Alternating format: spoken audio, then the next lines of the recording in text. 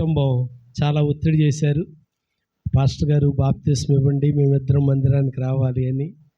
కానీ ప్రసాద్ అప్పట్లో సమ్మతించలేదు. ఇప్పుడు సమ్మతిస్తాడు. ఆమేన్. దేవునికి మహిమ కలుగును గాక. కాబట్టి దేవుడు వారిని జతపరిచాడు. కొంచెం ఆలస్యమైంది, అయినా దేవుడు జ్ఞాపం చేసుకున్నాడు. నా కుమార్తెకి 7 సంవత్సరాలకు దేవుడు జ్ఞాపం చేసుకున్నాడు. ఆలస్యం చేస్తాడు కానీ ఆయన అలక్ష్యం చేయడు. ప్రసాద్ నోట ఒక మంచి బిడ్డను దేవుడు ఉంచారు, సంతోషాన్ని ఉంచారు. ఈరోజు వారి కౌగిట్లో ఉన్న బిడ్డను తీసుకొని మందిరంలోకి రావడానికి దేవుడు సహాయం చేశారు. మరి దేవుడు ఈ బిడ్డ ద్వారా వారి తాతగారు మారిపోవాలి. ఆమేన్.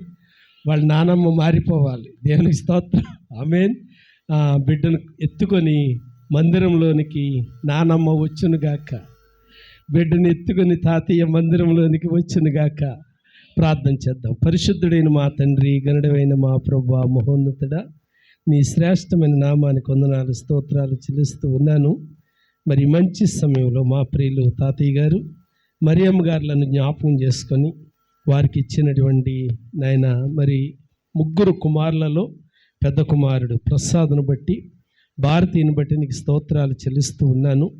వారి నోట మీరు ఉంచినటువంటి నవ్వును బట్టి, వారి అంతరంగంలో మీరు ఇచ్చిన సంతోషమును బట్టి నీకు వందనాలు చెల్లిస్తూ ఉన్నాను.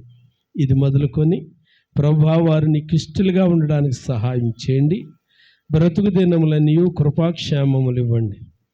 ఏ విధమైన తొందరలు, ఒడిదుడుకులు వారికి, వారి కుటుంబానికి, వారి బిడ్డలకి, వారి ఉద్యోగాలకి హాని కలగకుండా కృప చేయమని సందులో మనవి చేసుకుంటూ సంపూర్ణ కుటుంబాన్ని నీ చేతులకు అప్పగిస్తూ యేసయ్య నామమున స్తుతించి ప్రార్థించి అడిగి వేడుకొనుచున్నాను తండ్రి.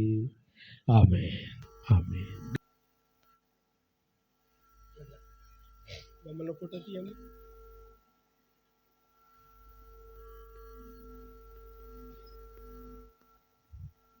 చిన్న ప్రార్థన చేద్దాం.